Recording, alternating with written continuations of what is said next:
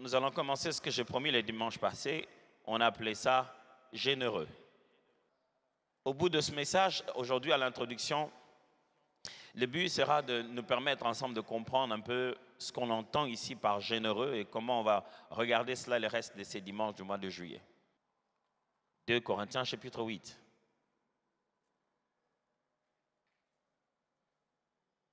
À partir du premier verset. Nous vous faisons connaître, frères, la grâce de Dieu qui s'est manifestée dans les églises de la Macédoine.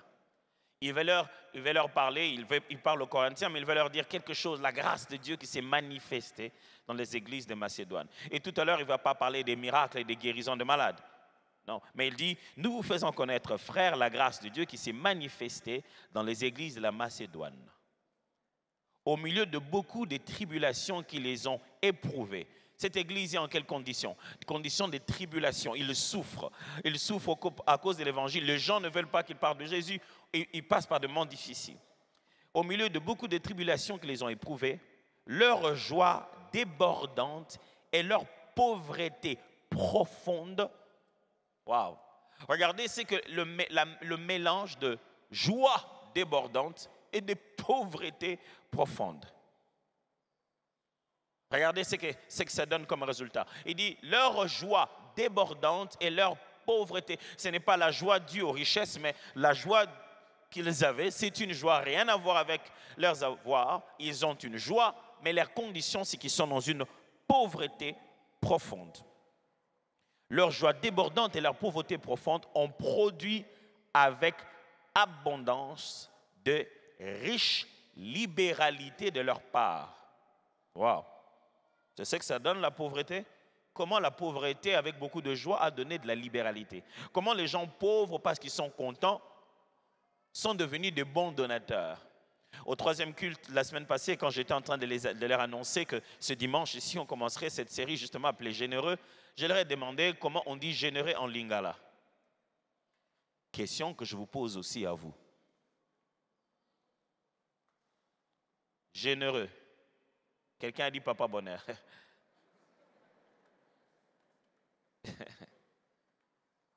Généreux en lingala. C'est vraiment une question. Appelle ça talate.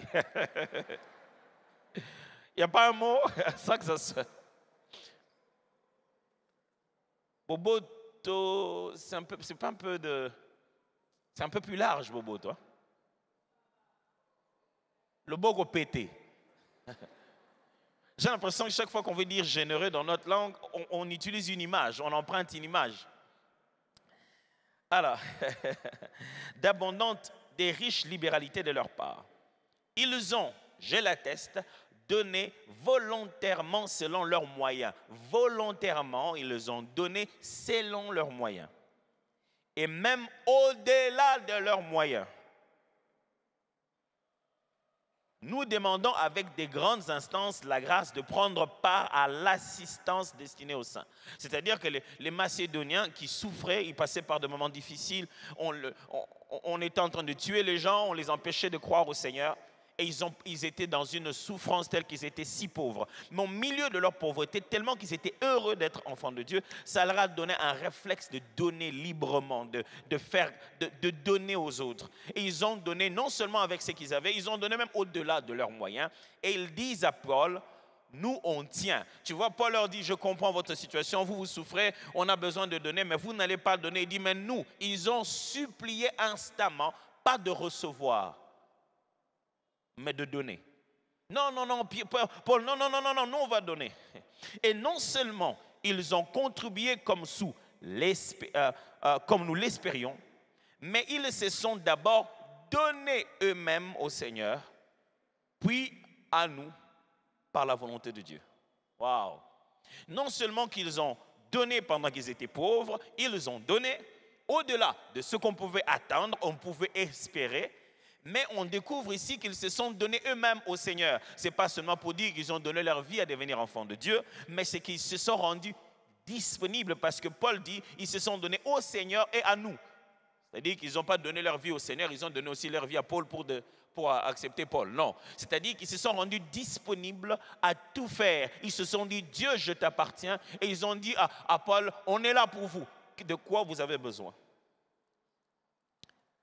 Toujours 2 Corinthiens, chapitre 9, cette fois-ci.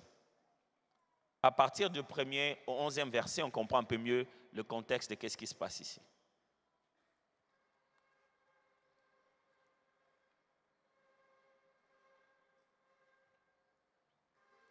Il est superflu que je vous écrive touchant l'assistance destinée aux saints. Je connais en effet votre bonne volonté, dont je me glorifie pour vous auprès des Macédoniens, en déclarant que l'Achaïe est prête depuis l'année dernière, et ce zèle de votre part a stimulé le plus grand nombre. Paul écrit à Corinthe, à ceux du territoire d'Achaïe, alors il leur dit, il veut parler du sujet qu'ils doivent faire la contribution qu'ils font chaque année pour aider les autres. Et il leur a dit, bon, je ne voulais pas vous rappeler ça parce que moi, quand je parle avec les Macédoniens, je connais leur façon de donner. Mais je suis très fier de vous. Je leur parle, je leur dis, non, c'est de Corinthe, c'est de l'Achaïe, ils sont déjà prêts. Depuis l'année passée, ils avaient déjà préparé ce dont on a besoin. Et il a dit que votre façon de faire, vous êtes prêts, vous êtes toujours prêts à donner, mais bien avant même. Et ça stimulait d'autres chrétiens partout dans le monde à faire pareil. L'Achaïe est prête depuis l'année passée et ce zèle de votre part a stimulé le plus grand nombre. J'envoie les frères afin que l'éloge que nous avons fait de vous ne soit pas réduit à néant sur ce point-là. Et que vous soyez prêts, comme je l'ai dit. Et il leur a dit, je leur ai déjà dit que vous êtes prêts. Mais j'ai quand même envoyé des frères pour que, au moment de donner, je ne me retrouve pas comme ça là, c'est le moment de donner, vous n'avez rien donné. Pourquoi? Parce que, moi j'ai déjà parlé, pardon, ne me faites pas honte. Je ne voudrais pas, si les Macédoniens m'accompagnent et ne vous trouvent pas prêts, que cette assurance se tournât à notre confusion, pour ne pas dire à la vôtre. J'ai donc jugé nécessaire d'inviter les frères à se rendre auparavant chez vous et à s'occuper de votre libéralité déjà promise, afin qu'elle soit prête, de manière à être une libéralité et non un acte d'avarice. Sachez-le, celui qui sème peu, moissonnera peu. Et celui qui sème abondamment, moissonnera abondamment. Que chacun donne comme il a résolu en son cœur, sans tristesse ni contrainte, car Dieu aime celui qui donne avec joie. Et Dieu peut vous combler de toutes sortes de grâces, afin que, possédant toujours en toutes choses de quoi satisfaire à vos besoins, vous ayez encore en abondance pour toute bonne œuvre. Selon qu'il est écrit, il a fait des largesses, il a donné aux indigents, sa justice subsiste à jamais. Celui qui fournit de la semence au semeur et du pain pour sa nourriture, vous fournira et vous multipliera la semence, et il augmentera le fruit de votre justice. Vous serez de la sorte enrichis à tous égards pour toute espèce de libéralité qui, par notre moyen, feront offrir à Dieu des actions de grâce. Incroyable. Possédant de toutes sortes, afin de satisfaire à vos besoins, vous ayez encore en abondance pour toute autre bonne œuvre. Quand on veut parler de libéralité et de dons, ou de générosité dans la Bible, quand on veut parler de ce concept d'être généreux, on revient souvent avec des termes comme poser des bons actes, manifester des bonnes œuvres, exprimer de la libéralité. On est justement en train de parler de ce concept, la générosité. La générosité, c'est la qualité de celui qui donne sans regarder, de celui qui est détaché de ses biens et qui en fait profiter aux autres sans toutefois hésiter. Si vous me suivez bien, depuis que j'ai commencé cette année, je n'ai pas toujours quitté les sujets appelés spirituels. Je ne l'ai pas encore quitté. Je suis juste en train de préparer les mêmes Thompson, mais il y a Rutumba. Lorsque je vous ai appris sur être spirituel, je vous ai dit une chose, que dans les caractères de la spiritualité, être spirituel, je vous ai montré les caractères qu'il fallait développer et je vous ai parlé du détachement au bien matériel. Et c'est ce caractère que nous sommes en train de développer pour être des êtres, des hommes et des femmes qui sont spirituels. La générosité, donc la qualité de celui qui donne librement sans regarder. Ce matin, j'aimerais juste vous parler de 2 choses. Juste 2. Mais avant cela, je dois placer des bases. Et je vais en passer que 2. Aujourd'hui, je vous assure, je me suis senti très, très fils d'Edalo. Parce que dans le premier point, j'avais un sous-point. Et dans le sous-point, j'avais 2 petits sous-points. Je me suis dit, voilà, là vraiment, ça y est. La première base, mes amis, je suis conscient qu'en enseignant sur la générosité, je veux me battre avec des forteresses. Je pense que j'ai pris l'habitude maintenant. Je veux me battre avec des idées conçues, avec des réalités ramassées aussi dans la culture et dans notre milieu que l'on ne trouve pas dans les Saintes Écritures. Première vérité que je me recompose avant qu'on revienne sur les textes que je le commente, qu'on donne les 2 grandes leçons d'aujourd'hui. Première vérité, posséder des biens est une école de Dieu. Posséder des biens est une école de Dieu. Aujourd'hui, j'ai vraiment besoin que vous puissiez m'aider auprès de votre voisin parce qu'il a tellement entendu autre chose. Aujourd'hui, j'aimerais qu'il entende plusieurs fois. Comme ça, quand moi je parle, vous aussi vous parlez, ça fait plusieurs fois. Vous savez que ça ne peut pas changer si on n'en parle pas plusieurs fois. Alors, je viens de dire que posséder des biens est une école de Dieu. Est-ce que tu peux le lui dire aussi? Alors, change de voisin, comme ça fait plusieurs fois. Le fait d'avoir, c'est une école dans laquelle Dieu nous apprend l'être. Je répète, le fait d'avoir est une école au cours de laquelle et dans laquelle Dieu nous apprend comment être. Dieu n'est pas derrière nos possessions, nos avoirs. Parce que celui qui est a découvert qu'il est lui-même la première richesse. Je vais y arriver. À partir de ce moment, ce ne sont pas les possessions qui le rendent heureux. Ce ne sont pas ses avoirs qui lui donnent sens dans la vie. Mais Dieu nous donne des choses à posséder en notre propre nom parce qu'il veut nous apprendre le caractère. Et il y a certains caractères qui se développent à nous rien que sur base de comment nous avons et ce que nous possédons. Souvenez-vous la première fois, regardez ça même dans les enfants, la première fois qu'un enfant a quelque chose qui est à lui, regardez comment égoïste il est. Il veut donner à personne, même à toi-même qui viens de lui donner. Tu dis, tiens, c'est pour toi. Il prend, dès qu'il prend, il dit, donne-moi. Tu n'aurais pas su qu'il est égoïste s'il n'avait rien à lui.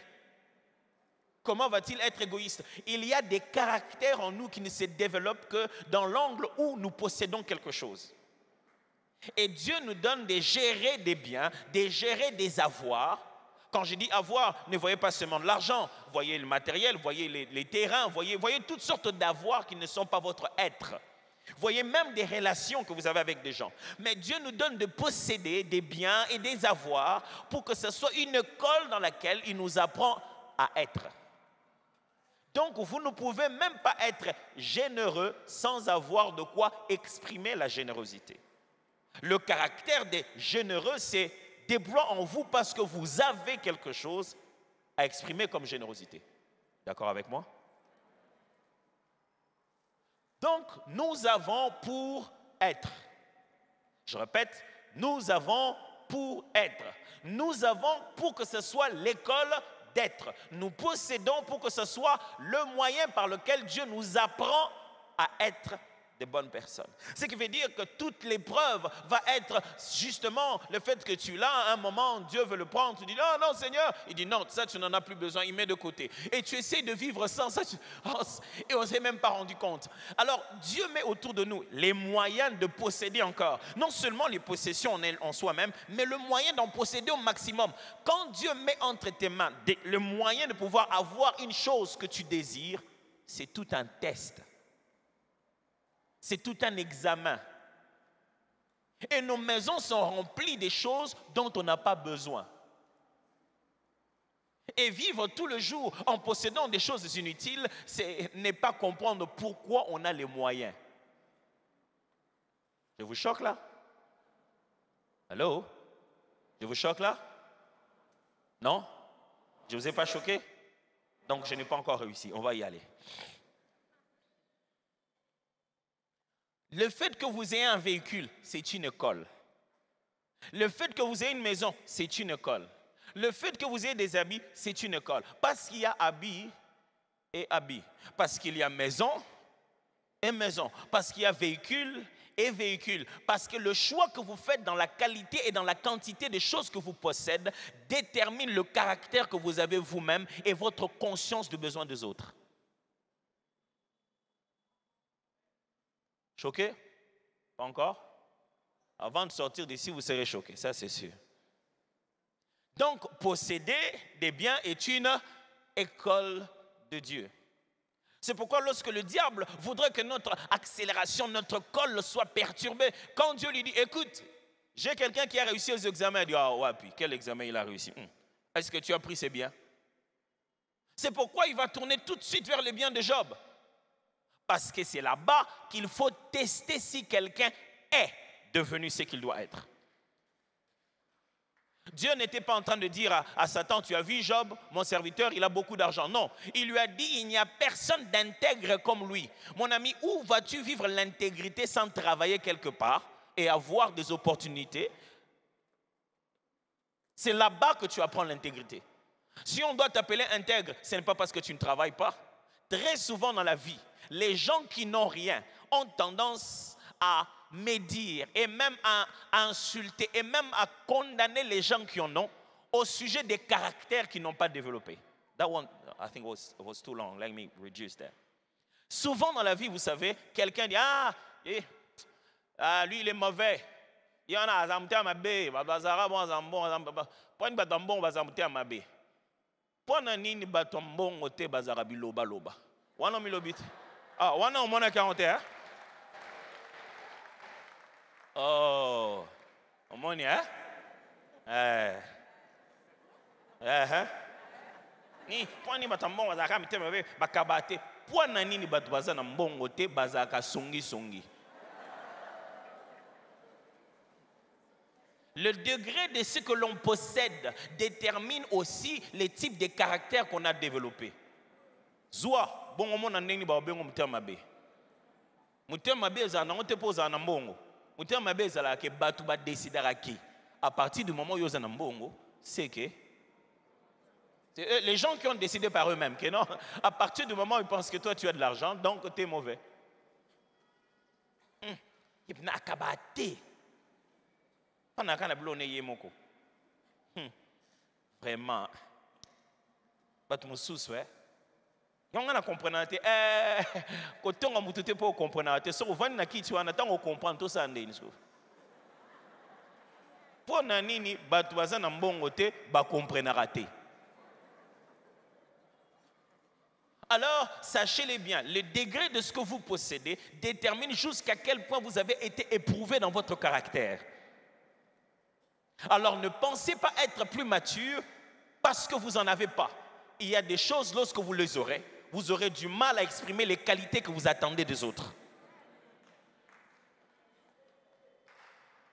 Alors quand Dieu fait confiance à quelqu'un sur plus, sachez que son école est passée à un niveau supérieur. Quand vous aurez eu la mentalité de l'école, vous aurez plus de possession dans la vie. Quand vous commencez à comprendre que tout ce que vous devez avoir, c'est pour apprendre à être, Dieu va commencer à vous en donner davantage. Deuxième base, on ne donne pas pour recevoir, mais parce qu'on a reçu. On ne donne pas pour recevoir, mais parce qu'on a reçu. Tout ça le matin dimanche passé, plusieurs fois. On ne donne pas, plusieurs fois aux voisins, on ne donne pas. Si tu n'as pas mémorisé, tu as le droit de regarder à l'écran. Ouais. Change de voisin, dis-lui, on ne donne pas pour recevoir, mais parce qu'on a reçu. Quelqu'un a dit quelque part aux gens qui viennent à l'église que nous donnons, que ce soit à l'église, que ce soit à nos frères, que ce soit aux gens autour de nous, que nous donnons pour recevoir. Non, vous avez confondu, ça c'est bindo. Un enfant de Dieu ne donne pas pour recevoir. Un enfant de Dieu commence avec cette première réflexion. Qu'est-ce que tu as que tu n'aies reçu? C'est là que commence la réflexion. Avant même de penser que j'ai quelque chose à donner, la question fondamentale dans sa tête, c'est qu'est-ce que tu as que tu n'aies reçu? Alors, quand il pense donner, ce n'est pas parce qu'il veut recevoir. Il pense donner parce que lui-même aussi a déjà reçu de Dieu.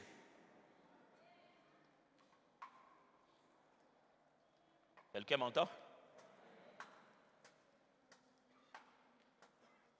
On ne donne pas pour qu'on nous donne. On ne donne pas, Seigneur, moi je donne, trouve-moi aussi quelqu'un qui va donner pour moi. Oui, ça existe, Dieu fait ça. Mais les buts pour lesquels on donne dans la vie, ce n'est pas pour qu'on te donne. Les buts pour lesquels on donne dans la vie, c'est parce qu'on t'a donné. Toi aussi, tu as reçu de quelque part. Toi aussi, tu as reçu de Dieu. Et si tu veux devenir une source de bénédiction, c'est que tu dois être ouvert de l'extérieur. Quelqu'un comprend le sens? Pour être une source, les gens doivent puiser en toi. Et chaque fois dans la Bible, quand la Bible parle de nous comme des sources qui font jaillir, chaque fois c'est l'idée que toi tu vas recevoir un peu et ça va jaillir de toi jusqu'à l'éternité. C'est-à-dire tout le temps dans la vie, tu dois savoir que les besoins que les gens t'amèneront seront toujours plus que ce que toi-même tu as. Tu dois arrêter d'être scandalisé par ça. Puis-je répéter ça? Les gens t'amèneront toujours plus de besoins que les moyens que toi tu as. Toujours. Pourquoi? Parce que quand toi tu reçois un peu, Dieu veut faire de toi une source de bénédiction. Or toi-même, tu reçois. Mais eux, ils viennent recevoir chez toi comme si tu étais un robinet.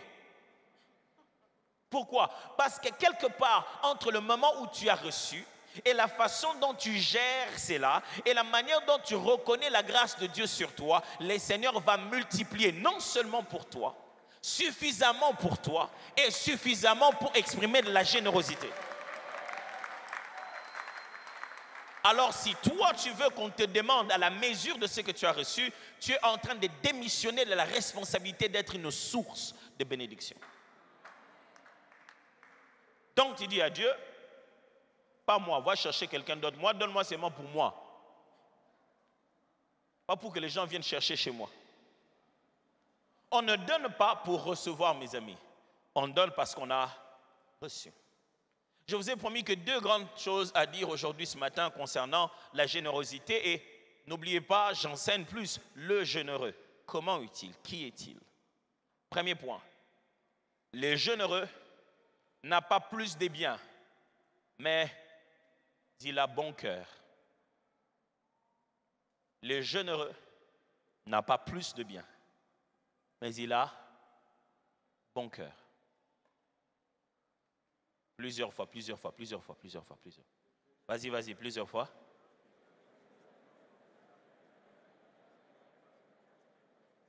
Est-ce qu'il t'a regardé même quand tu parlais? Il écrivait encore, hein? C'est bon, il a fini d'écrire. Vas-y maintenant. Plusieurs fois, papa.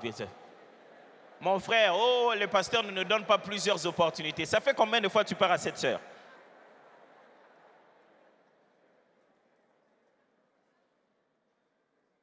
Le généreux n'a pas plus de biens, mais il a juste bon cœur.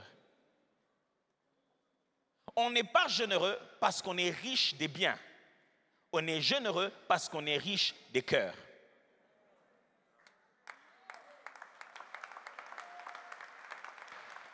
Or, qui sont les plus riches de cœur? Qui ont même changé leur cœur de chair leur cœur de pierre en cœur de chair? Qui ont même eu des cœurs d'incrédules qui ont été transformés? Qui est-ce qui ont eu l'opportunité, les seuls êtres sur la terre qui ont subi une chirurgie cardiaque pour qu'on puisse leur placer un nouveau cœur? Les chrétiens vont lever la main. Nous. On est censé avoir ceux qui ont le meilleur état des cœurs. Donc, où voudriez-vous trouver les plus généreux? Sachez-le que dans toutes les religions, la générosité est une vertu encouragée. Tout le monde prêche à tout le monde, quel que soit ce en quoi ils croient, on leur prêche à être généreux. Mais quelqu'un a dit aux chrétiens qu'être généreux pouvait ouvrir la porte au diable. I mean, there are things sometimes I'm wondering, why does he get into the church? Oh my God. Quelqu'un nous a appris qu'il ne fallait pas être généreux pendant que Jésus nous a appris à être généreux. Mes amis, si je suis sur le point de vous dire une vérité importante, et la personne qui ne voulait pas que vous sachiez est là aussi, qu'est-ce qu'il va faire? Bouler en tant qu'un bon quinois. Moi, je te vois, je dis, ah, justement, je voulais te dire une vérité. Et la personne là, c'est que, ah, s'il lui dit ça, copé baby, qu'est-ce qu'il va faire? Hein? Ah, faites pas comme si vous ne connaissez pas de quoi je parle. Il fait quoi l'autre gars? Il crée de la distraction et même plus de fois, il te dévance. Hein? Il commence par t'accuser, il invente des trucs. C'est exactement ce que le diable fait tous les jours. Chaque fois qu'on se prépare à vous dire c'est par quoi vous serez indépendant de tout ça, c'est par quoi vous allez vivre votre vie aisément, il crée la distraction. Il envoie d'autres façons de réfléchir. Je suis en train de vous dire, je suis en train de vous enseigner pendant ce mois la plus grande leçon de la prospérité, la meilleure façon d'être libre financièrement, d'arrêter de déranger Dieu sur des dollars et des francs congolais, d'arrêter de faire de toute sa vie d'intercession une vie de besoin d'argent. Mais regardez bien, pendant que je serai en train d'enseigner, quelque chose va se battre avec votre tête. Oh, ce n'est même pas maintenant. C'est quand je vais commencer à parler des prémices, des dîmes et des offrandes. Oh, ça va chauffer, vous allez voir. Moi-même, je sais. Quelque chose va chauffer dans votre tête. On n'est pas généreux, mes amis, à cause de biens que l'on possède, mais à cause du cœur qu'on a. Le texte que je viens de lire, c'est ce que Paul est en train de parler au sujet des Macédoniens. Il dit, les Macédoniens étaient pauvres.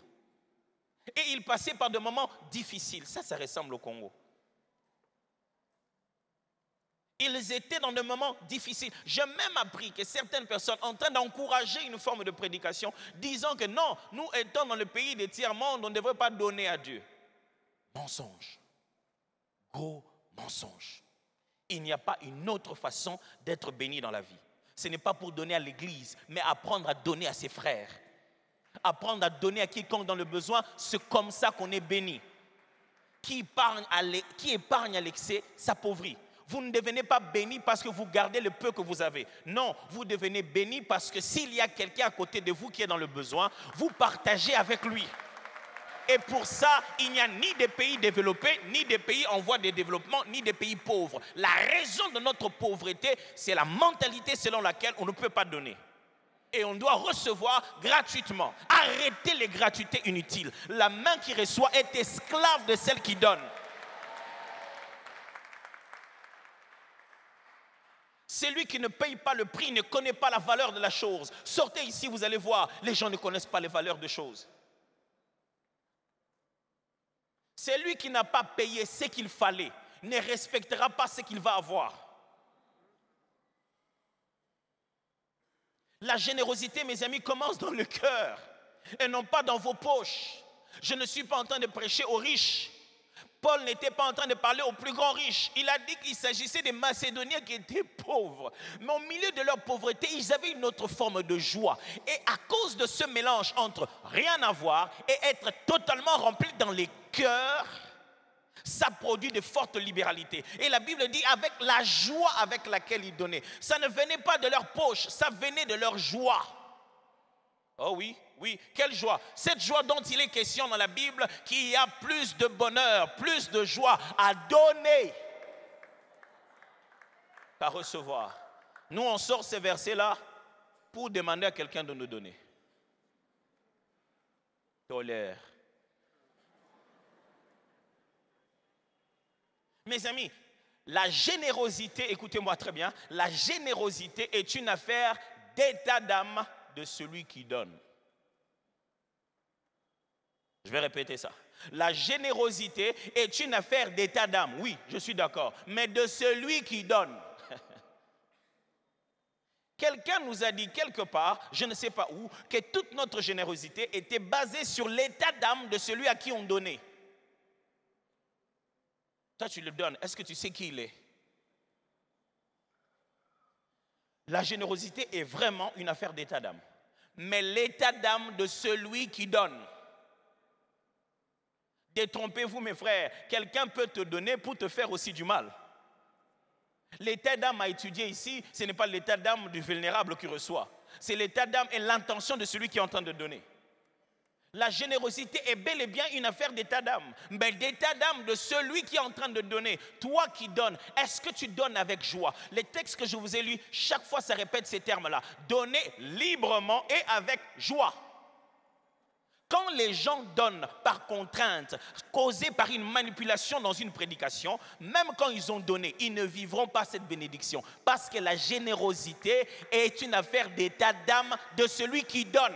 Le résultat de la générosité viendra d'après l'état d'âme dans lequel tu étais quand tu donnais, sans contrainte. Et à force de donner par contrainte, par manipulation, sans savoir pourquoi on donne, qu'est-ce qu'on est en train d'essayer de faire, pourquoi on le fait comme ça, et on a l'impression que notre générosité ne produit rien. Pourquoi? Maintenant, on dit que le problème, c'est l'état d'âme de celui à qui on a donné. Non, non, non. Toi, tu as donné pourquoi?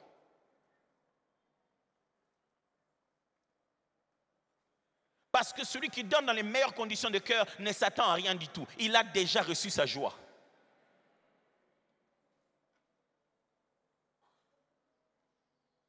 Écoutez-moi bien, les gens ne donnent pas parce qu'ils pensent. Je vais vous donner 3 raisons pour lesquelles les gens ne donnent pas. Je vous avais dit que dans les points, j'aurai des sous-points. On est toujours dans le point 1. N'est-ce pas? Les généreux n'a pas plus de bien, mais il a bon cœur. Dans ce point-là, le premier sous-point. Oh, j'aime quand je fais. Oh, vraiment, franchement. Je ne sais pas comment je suis content d'avoir des sous-points aujourd'hui. Dans le premier sous-point, la générosité est une affaire d'état d'âme de celui qui donne. Deuxième sous-point, les gens ne donnent pas parce qu'ils pensent. Je vais vous donner 3 raisons, 3 façons de penser qui causent le fait que les gens ne donnent pas. Alors avant ça, je me juste poser une question. Nani azamaboro makasi? Traduction. Qui n'est pas généreux ici? Bon, littéral. Qui est main dure? Vous verrez que c'est presque quasi impossible que les gens acceptent qu'eux, ils ne sont pas généreux. Même si toute sa belle famille sait. En commençant par sa femme elle-même. Des fois, elle prévient déjà sa famille. Donc, non, c'est un exemple. Si un Léon, ça n'a rien à voir.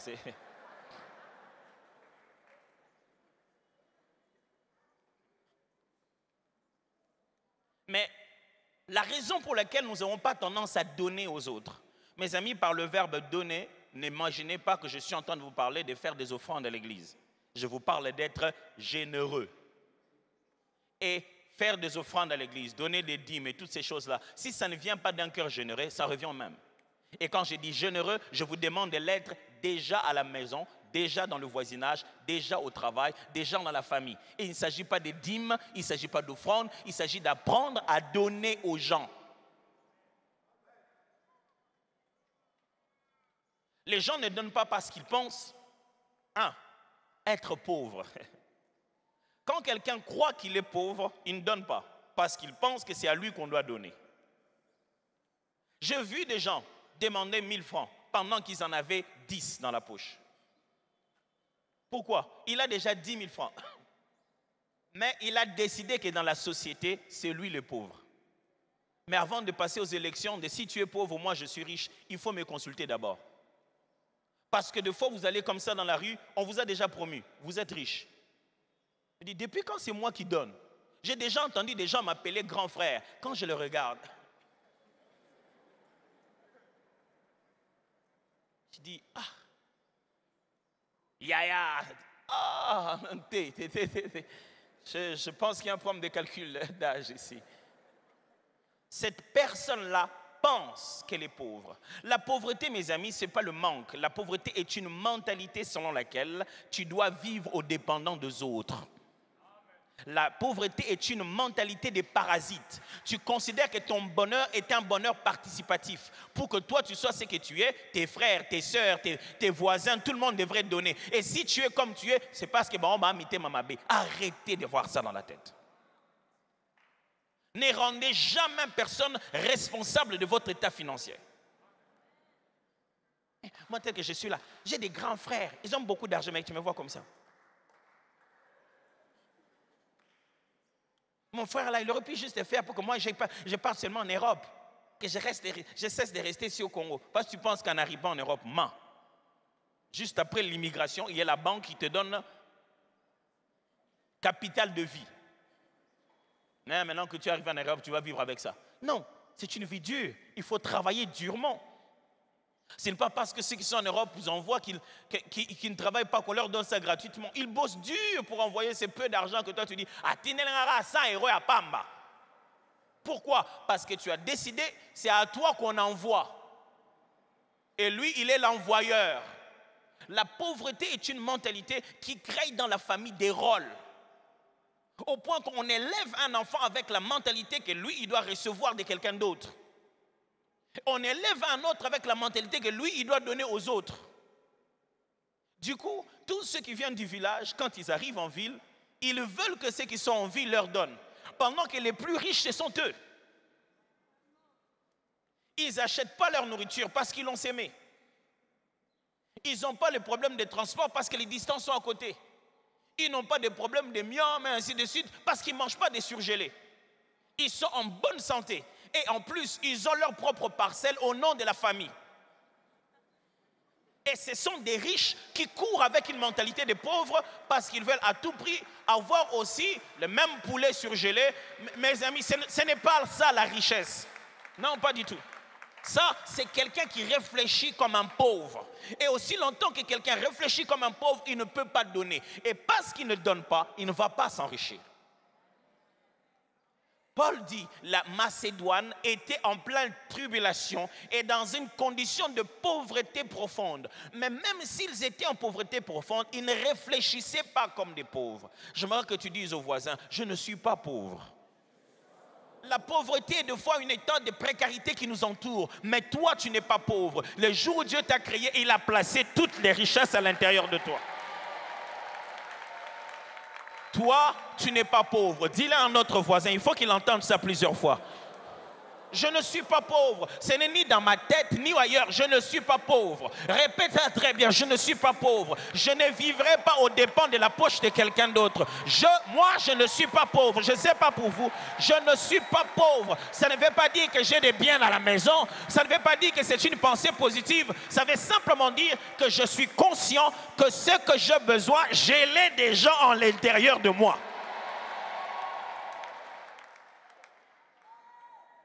C'est pour ça que les gens ne donnent pas.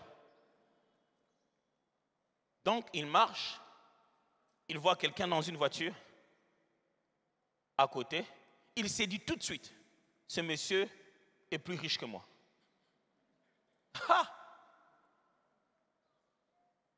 Il voit habillé bien, veste, cravate, dans une voiture dehors.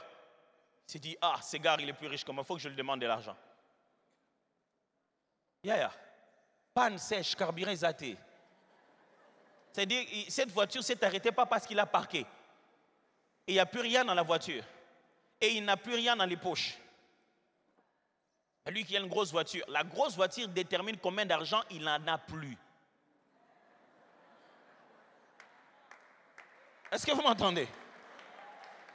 Si tu vois quelqu'un une grosse voiture, tu dis il a beaucoup d'argent. Non, il vient de dépenser beaucoup d'argent. La grandeur de sa voiture détermine combien d'argent il a quitté sa poche. C'est déjà parti. Frère, vous ne venez pas à l'église pour qu'on vous apprenne comment être des pauvres qui demandent à Dieu ou aux hommes. La pauvreté de la Bible, c'est la pauvreté d'esprit, mes frères.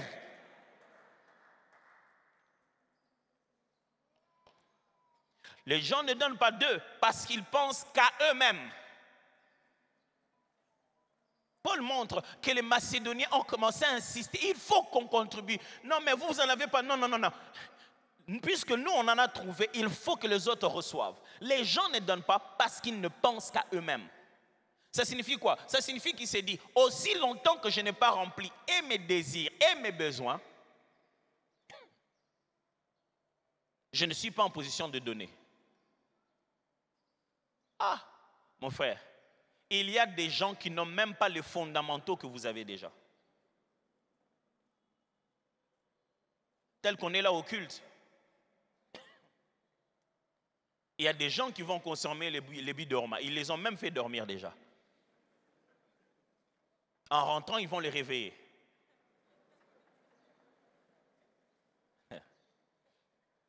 Mais il y a des gens qui n'ont rien fait dormir.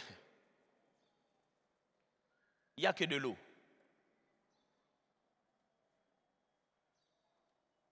On n'est pas pareil dans la vie. On n'a pas tous les mêmes moyens. Ne pensez pas qu'à vous-même. Des fois, on ne vous demande pas de prendre ce qui est de vous et de donner à quelqu'un d'autre. Des fois, on vous demande juste de prendre ce qui est de vous, de partager avec quelqu'un d'autre. De le faire entrer dans le peu que vous avez. Aussi longtemps que vous pensez que Dieu doit d'abord en finir avec vous pour qu'il commence à travailler à travers vous, vous n'avez pas compris la foi chrétienne. La marche dans la foi, c'est celle dans laquelle, pendant que toi-même tu cherches, Dieu t'envoie des gens qui ont les mêmes besoins que toi. Et tu as envie de leur dire, et ça booste ta foi à te dire, je ne peux plus croire seulement pour moi, je dois croire aussi pour lui. Ça te rend mature, ça te met en meilleure position. Tu commences à prendre conscience qu'il faut que quelqu'un expérimente ça pour que les autres puissent croire que Dieu est réellement réel. Il n'y a pas que toi dans la vie. Mais pasteur, moi ça j'avais prévu ça un peu pour m'acheter des laits de beauté. Entre lait de beauté et lait du bébé. Ta voisine n'a pas donné le lait au bébé. Parce que toi tu as préféré acheter le lait de beauté.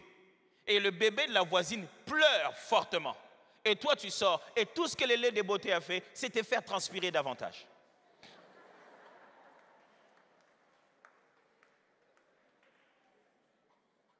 C'est pour ça que les gens ne donnent pas. Ils pensent que eux-mêmes, leurs besoins ne sont pas encore finis. Qui va finir ses besoins dans la vie? Qui va finir ses désirs dans la vie? On en a toujours. Même le riche a encore des besoins. Il y a des gens, tu te dis, il a tellement d'argent. Vous connaissez cette histoire de ces milliardaires. Le président et le propriétaire de DeVos, le propriétaire d'Amazon, qui a eu tellement d'argent, qui en a tellement, et qui a divorcé de sa femme en millions. Ça fait un ami qui s'est dit, mais est-ce qu'il ne peut pas divorcer de moi aussi? Elle a eu tellement.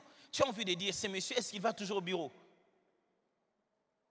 Est-ce qu'il a des besoins? Est-ce qu'il ne fait pas... Il a des besoins.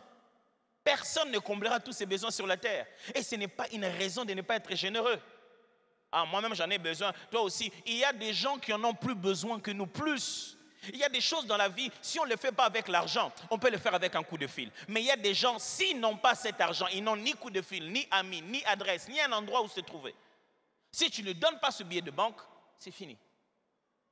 Mais toi, si tu n'as pas ce billet de banque, tu as un ami. Tu as quelqu'un que tu vas appeler, oh grande sœur, papa déjà mis ça. Et elle le fait. Oh belle sœur, belle sœur, elle le fait. Mais lui, il n'a rien, personne n'a appelé. Parce que les véritables richesses, mes amis, ce n'est pas toujours dans les poches. Des fois, c'est juste dans les relations. Et toi, tu es riche en relations et tu ne veux pas enrichir les autres avec les biens que tu as.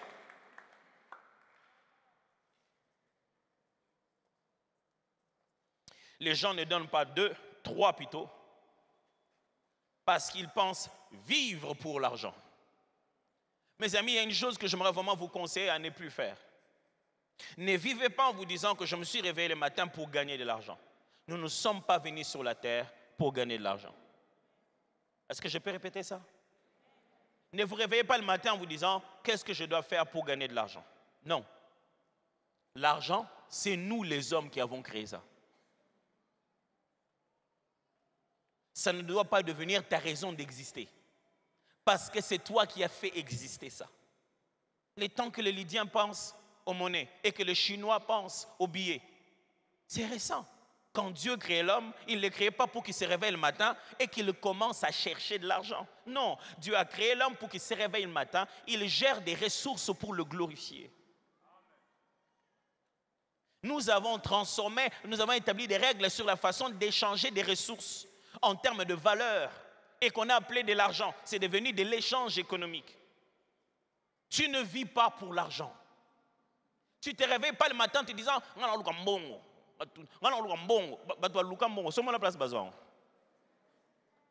ceux qui pensent, ceux qui vivent avec la mentalité, hey, tu verras qu'ils sont tout le temps en train de chercher et ne trouvent pas. Et les gens qui ont l'argent ne veulent même pas parler.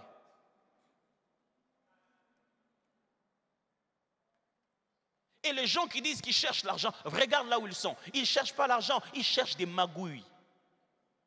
Quand ils disent qu'ils cherchent l'argent, c'est-à-dire qu'ils sont en train de se justifier pour faire des magouilles. Hein, moi, je cherche l'argent. Moi, je cherche l'argent. Hein. Moi, je suis là pour chercher l'argent. Cherche. Ne manipule pas les gens pour ça. Mes amis, vous ne vivez pas pour l'argent. Vous valez mieux que ça. Dieu ne vous a pas créé sur la terre pour l'argent. Je me souviens, j'étais en train de faire une expérience. J'étais parti en vacances, je vais appeler ça comme ça, au plateau de Batéké. Très chers parents, amenez aussi les enfants en vacances dans nos villes, dans nos villages. Pas toujours en Europe, amenez-les quelque part. La fois où ma femme et moi, on a commencé à faire aux enfants des vacances à l'intérieur du pays. Nous sommes allés à Kolwezi. C'était la première fois que les enfants prennent une moto avec moi-même dessus. C'était les meilleurs moments de leur vie. Parce qu'ils ont pris la même moto qu'ils voient ici. Mais tel ngai a na moto, na bana. Avant de ma place, donc, il y a déjà Facebook. C'est-à-dire que je ne suis même pas encore arrivé. Je suis déjà sur TikTok, en boucle. Ta fille, la mamouté, mamabé, pasteur Nabangazo, tambola na moto. Ils ne m'ont même pas demandé pourquoi je suis monté moi-même. Alors on en a profité comme on était là-bas. J'ai dit à ma femme, je prends les enfants en moto. Wow. Ils étaient contents, la distance n'était même pas longue. Ils étaient tellement contents. Et je me souviens être allé au village. Pendant ce temps que je faisais au village, mon père nous avait envoyés là-bas en vacances. L'argent était inutile à cette époque. Les gens gardaient l'argent dans les tôles comme ça à l'intérieur. On n'en avait pas besoin. Personne n'avait besoin de ton argent. Là-bas, pour avoir une boîte de sardines, il fallait donner 2 gros chikwang, pas des chikwang de commerce, des chikwang de consommation domestique, pas les petites chikwang. Demandez-moi, je suis fabricant invétéré avec certification. Il fallait des fois donner ce qu'on appelle un kiko, comme ça, là, les marques de kiko, les seaux là en plastique, remplis de tubercules de manioc. Encore bien lourd parce que c'est encore mouillé. C'est là-bas, c'est ça, avec ça qu'on fait la chikwang. Il fallait en donner tout plein comme ça pour qu'on vous donne 2 boîtes de sardines. L'argent ne servait à rien. On faisait faire que des trocs, on faisait faire que des échanges. Mes amis, nous ne vivons pas pour l'argent. Pas du tout. Deuxième et dernier principe de ce matin. Le généreux n'est pas forcément riche, mais il est un bon gestionnaire. Le généreux n'est pas forcément riche, mais il est un bon gestionnaire. Plusieurs fois.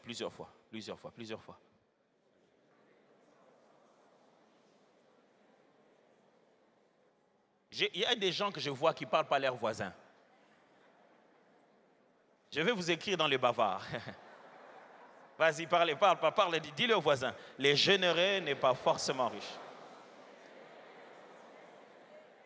Ça signifie ceci. Pour être généreux, vous n'avez pas besoin d'avoir beaucoup de biens. Vous devez juste être capable de gérer le peu que Dieu vous donne. Au point de savoir qu'est-ce qui est à vous et avec quoi vous devez aider les autres. C'est le pauvre qui pense que quand on lui donne, celui qui lui a donné est resté avec plus.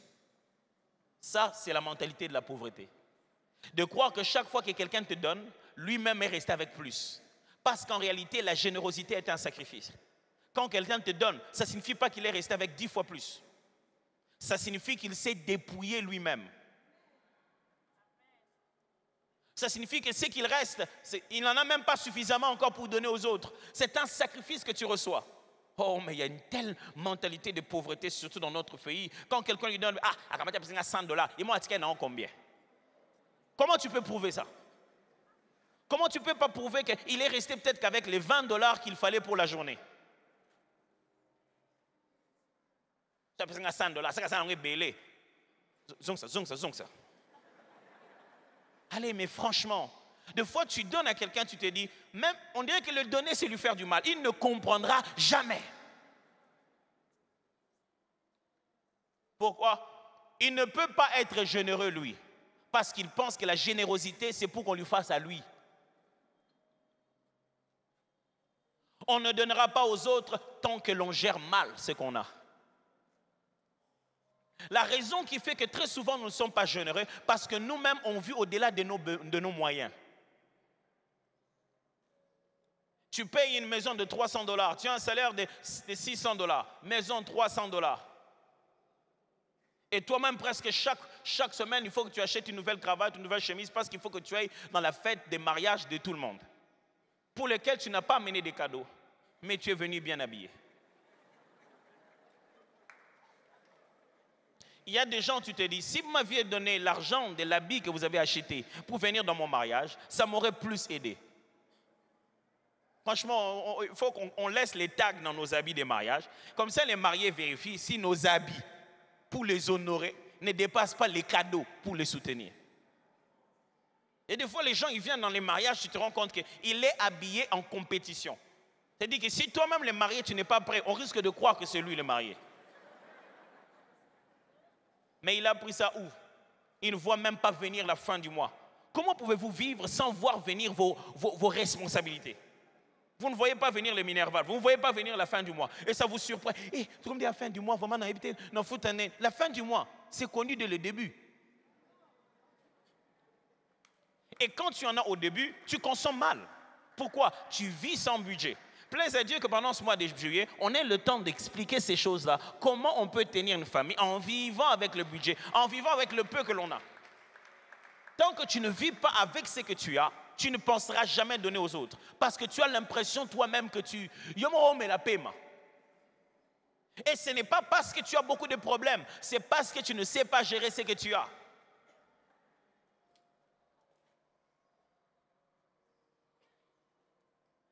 Écoutez ça, les gens ne donnent pas parce qu'ils croient ne pas avoir assez. Et ils n'en ont pas parce qu'ils ne sont pas des bons intendants. Dans la vie, les gens ne donnent pas parce qu'ils se disent, j'en ai pas assez pour moi-même, je ne donne pas. Et entre guillemets, cette affaire-là de ne pas en avoir assez, ils n'en ont pas, comme ils disent, mais en réalité, c'est parce qu'ils ne gèrent pas ce qu'ils ont. Quand on est mauvais intendant de ce que Dieu nous a donné, c'est là qu'on a l'impression qu'on n'en a pas. Écoutez-moi, le Dieu de la Bible ne vous évitera pas la saison de sécheresse. Il vous préviendra qu'elle arrive. Ok, let me go back to this. Le Dieu de la Bible ne vous évitera pas la saison de sécheresse. Il vous préviendra que ça arrive. Pour que pendant la saison d'abondance, vous gardez suffisamment de quoi utiliser pendant la saison de sécheresse.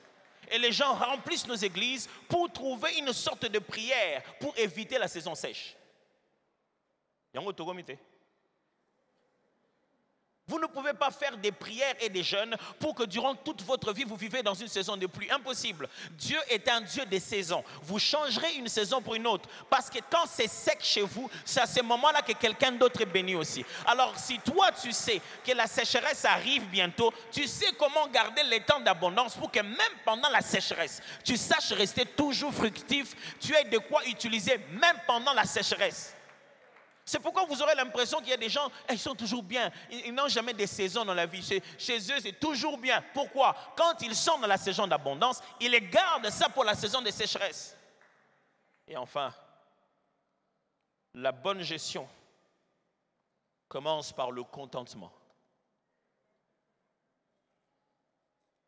Si tu veux apprendre à bien gérer ce que tu as, à être bon gestionnaire du peu que Dieu t'a donné, commence par le tout premier exercice. Contente-toi de ce que tu as.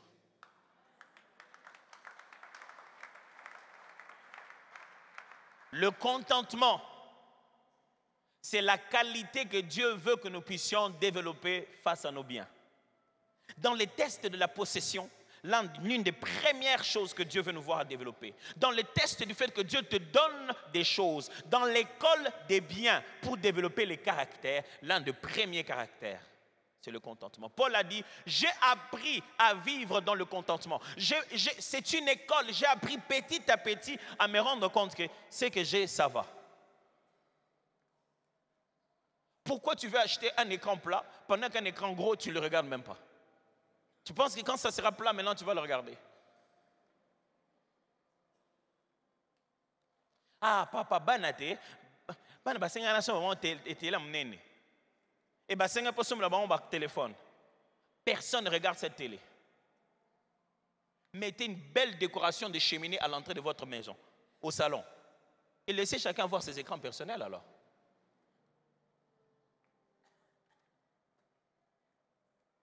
Nous sommes dans des sociétés de haute consommation au point qu'on nous fait croire qu'on a besoin de tout. Non, ce dont on a besoin, on l'a déjà. Quand quelque chose est un vrai besoin, c'est là qu'on va l'acquérir. Ne prenez pas les choses juste parce que vous en avez envie.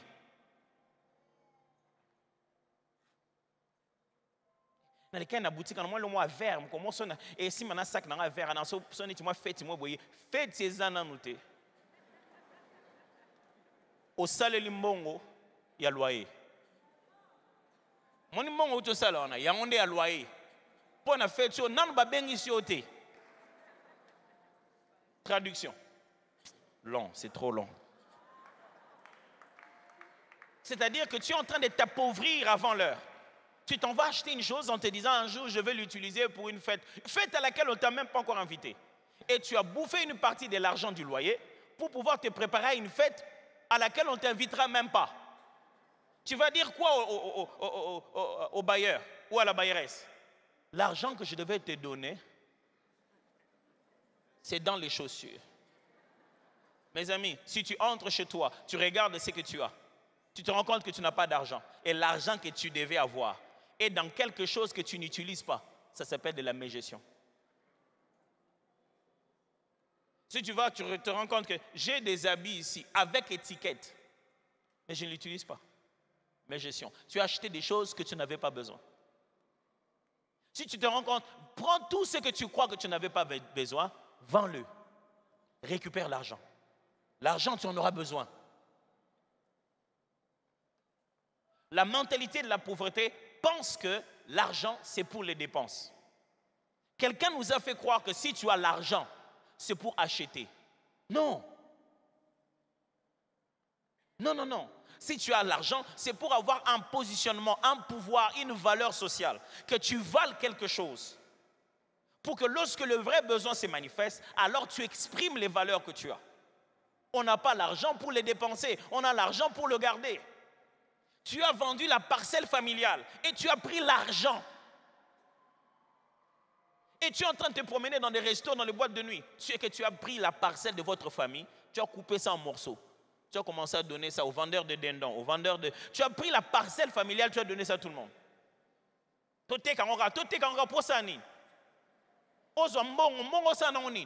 Au dépenser. Après, vous avez déjà vu quelqu'un qui a reçu le bonus du meilleur dépenseur du monde? Ah non, il ne dépense pas trop tôt. Il y a un peu de bonus pour continuer à dépenser. Ça n'existe pas, mes amis. Pourquoi allez-vous prendre votre vraie richesse, la vilipender pour une chose dont vous n'avez même pas besoin? Et c'est cette mentalité de pauvreté qui est en train de détruire les richesses familiales. Tout le monde, oh, papa était là pour que vous vous entendiez bien. Pourquoi vous n'allez pas vous entendre depuis qu'il est mort? Chacun son cœur est en train, tout le monde veut avoir, il veut posséder maintenant, tout de suite. Pendant qu'on aurait pu mettre un locataire, on aurait pu le faire louer aux gens qui vont en faire une boutique, on aurait pu commencer à nourrir. Et nous et les petits enfants.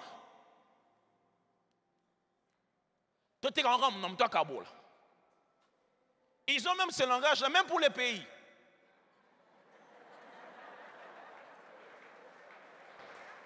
Ah!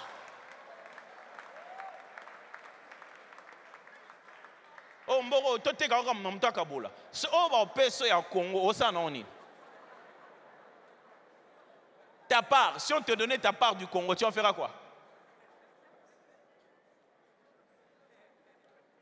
Tu as déjà eu le temps de réfléchir à ça? Mes amis, la générosité n'a rien à voir avec être riche. C'est une question de cœur. La générosité n'a rien à voir avec en avoir beaucoup. C'est juste une question de savoir gérer le peu qu'on a. Dieu attend de nous que nous soyons généreux. Est-ce que vous êtes prêts à faire ça? Vous savez, mes frères, quand je vous dis c'est l'heure d'évangéliser, je vois comment vous vous sacrifiez. Vous vous réveillez, vous vous levez en plein milieu du culte et vous allez évangéliser. Là, je vous explique. C'est l'heure d'être généreux. Dieu n'a pas...